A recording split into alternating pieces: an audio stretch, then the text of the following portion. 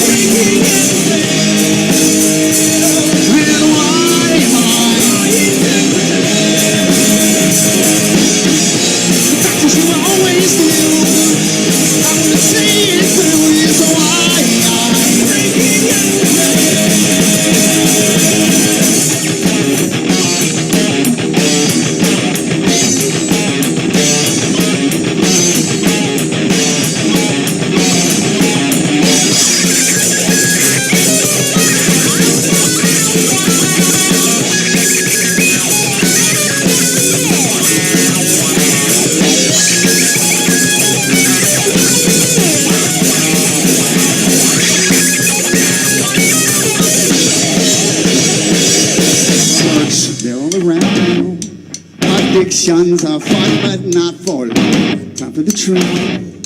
Realize that I've been spiking. Why am I? And why am I? Stuck in the old but new. I want to see you through. Is why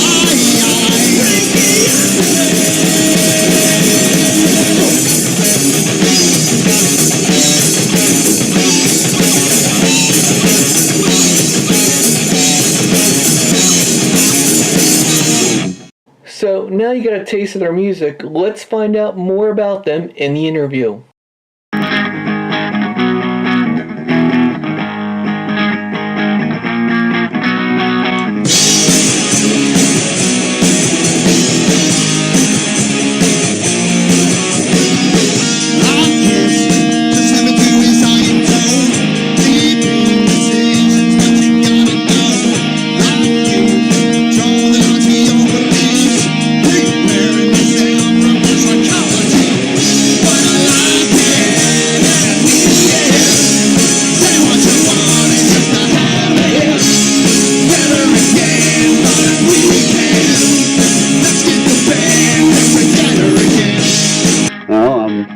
From Pieces of Reason, and got together with a few of the guys that we used to play in a cover band together, and we decided that the cover stuff wasn't really piquing our interest as much as it used to, because we're getting a little bit older now, and we just decided to write a couple songs, and as we wrote a couple songs, we wrote a couple more, and we were able to find a drummer to come in.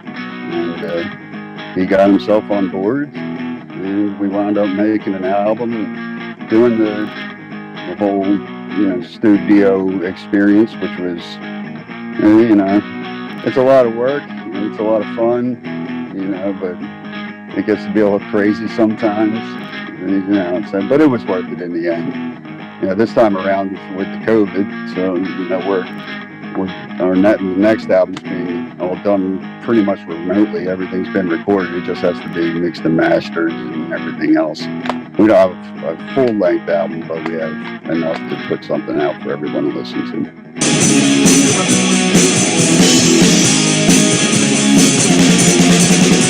We've been together. We've been doing this with the original stuff probably about 3 years now, maybe 4. Time flies. I think we got the first album done. We were rolling along and playing shows and writing new music at the same time. Like everybody else, the pause button got hit.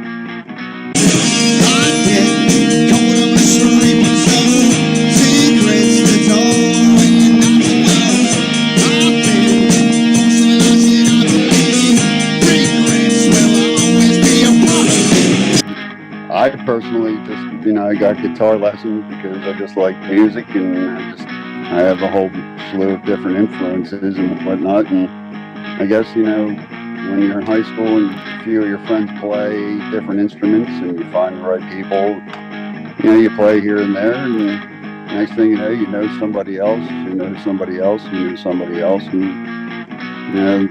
then it became, hey, how about we try this, at a bar, but a lot of work, a lot of hard work has to go into that, so I appreciate any live music personally. None of it's easy. I don't care what kind of stuff you're trying to do. If you're playing a live show, my hat's off to you.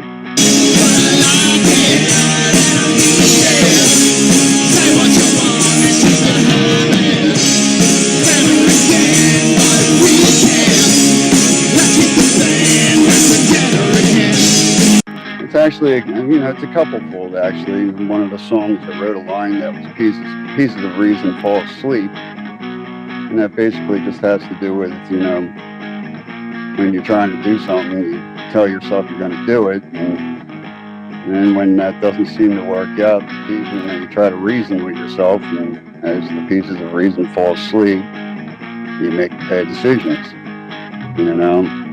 And the other part of it, when we actually came up with the name of it, after I wrote the line, a couple of us in the band deal with autism in one way, shape, or form. And if anybody can relate to that, you're always asking, what are you try to find pieces of reasons why those autistic children do that. So it's, so there's many different definitions of pieces of reason.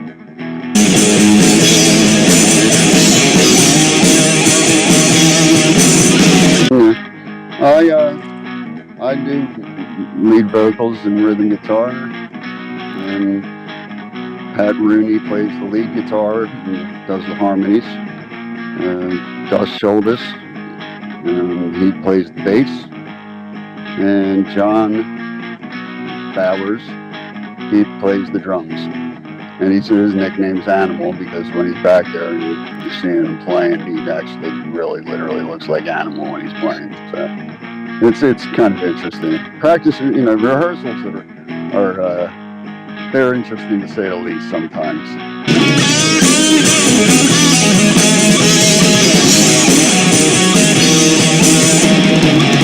That's a good question. It really is, because we've contemplated that very question many times. And if you do listen to our album, we've had a few reviews of it that were, and they also have said that there's the good thing about that they liked was that none of it sounds the same. And when we come up with new songs or ideas, it's not anything that comes, okay, we're going to try to sound like this or that or anything like that. It's, okay, what is coming out by listening to what you're doing, and where do you want to go from here type of deal. I mean, we're a rock band, if you want to call it a rock band, but we're bass-centric.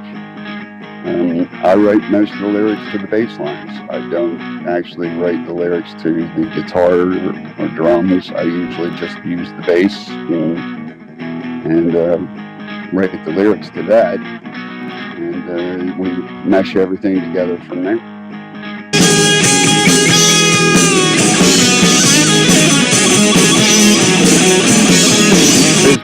The one that gets promoted the most is a song called Bipolar. Everybody seems to like it. It's gotten radio airplay for us. You know, people have just picked it up for some reason. You know, it's nice when you write a song and, you know, the next thing you know, you get a notification saying, you know, a radio station up in New York just played your song and things of that nature. I mean, that's pretty cool, you know. I just hope people like what we do and what I write and stories and stuff like that.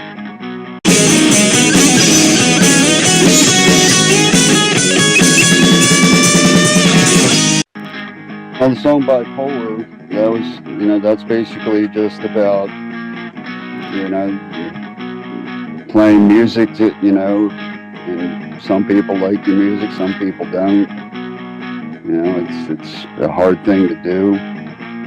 And people want you to do certain things, and you get, you know, people kind of want you to be, like you said, you know, what kind of music would you say that you are? And I would say that I'm not any type of music. I write whatever I'm writing, and I pen words, and I make stories to fit those.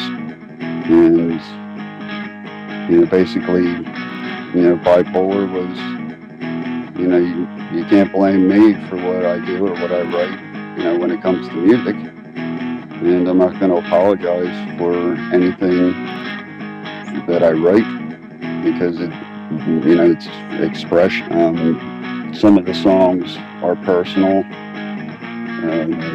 Some of them are stories. There's a song called Waiting. That's actually, you know, about domestic abuse. And a few of my girlfriends that were in bad relationships, I kind of wrote the words to that around their stories about how they were trapped in their relationships and they were just waiting for something to happen. They were waiting to get out.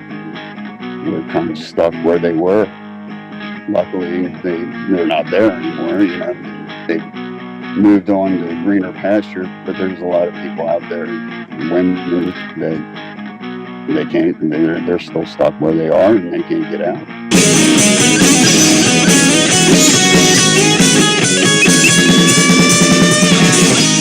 Yeah, the bassist comes up with ideas a lot of the times, and he'll give me something and he'll say, okay, you know, this is what I, you know, see what you can do with this.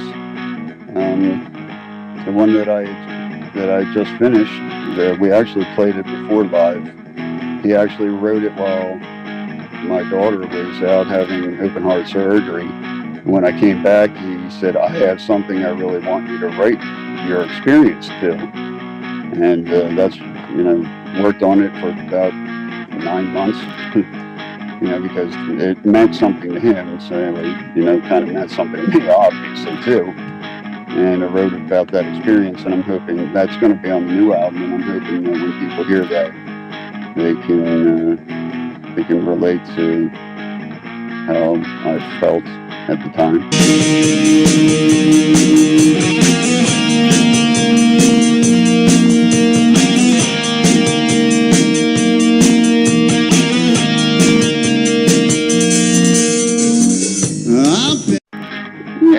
I've actually had that conversation. Yeah, you know, we're more, you know, it's more of like, all right, how long can you play live for before, you know, you don't want to play anymore. You know, if you don't stay physically fit, you're not playing live for very long. So, you know, but we're generally fit guys, so as we don't put a timetable on it. I really think that, since we've gotten into this in a short period of time, which has only been a few years, where we're writing our own stuff, me personally, I've found something that, people look for a hobby they really enjoy and love doing. And writing songs has been something that I never thought that in a million years, even though, I used to sing cover songs, never thought in a million years that I'd rather, listen and write original music and stuff that's in my noggin, and enjoy that way more than any cover song that I could sing. I bet stories that you all been told, one-sided bee and she swallowed whole. I can't deal with your hypocrisy, my friends. You won't get no apology. I wish I would have given it a try earlier. I thought that nobody, I didn't think that I could do it. I could just sing somebody else's songs, writing about things and writing things in kind of in poems and things of that nature. That's not me. I told a guy one time who really inspired me to become a musician. He said to me, I said, nobody wants to hear what I have to say. And he looked at me and says, yeah, they would. And this was years ago, before we even thought about doing this. And to this day, I admit it, I was wrong.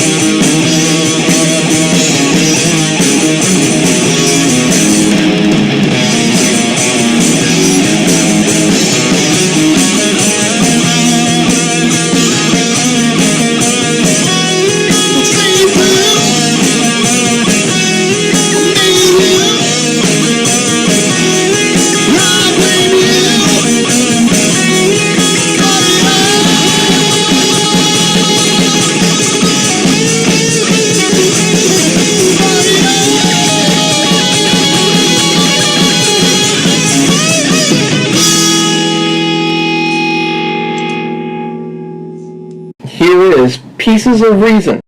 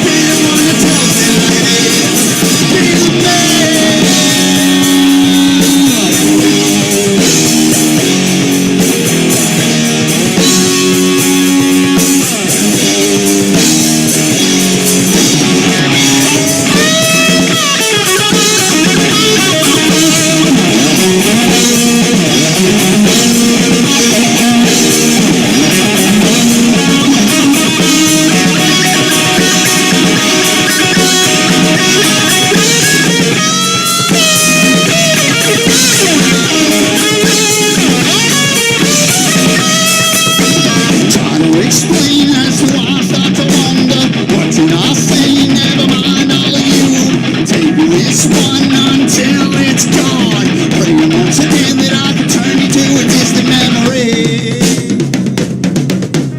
Entertain reality, tell a personality, open up the doors and let it in. Question is who charged me, powers how much of culture, be the one that tells it like it is. Try to explain as to why I suffer wonder. What did I say? Never mind all of you. Take this one till it's gone. Pray once again that I can turn you to a distant memory. That concludes this week's episode, and we hope you continue our mission of listening, experiencing, and passing on. Until next time, I'm Chuck, and have a great week.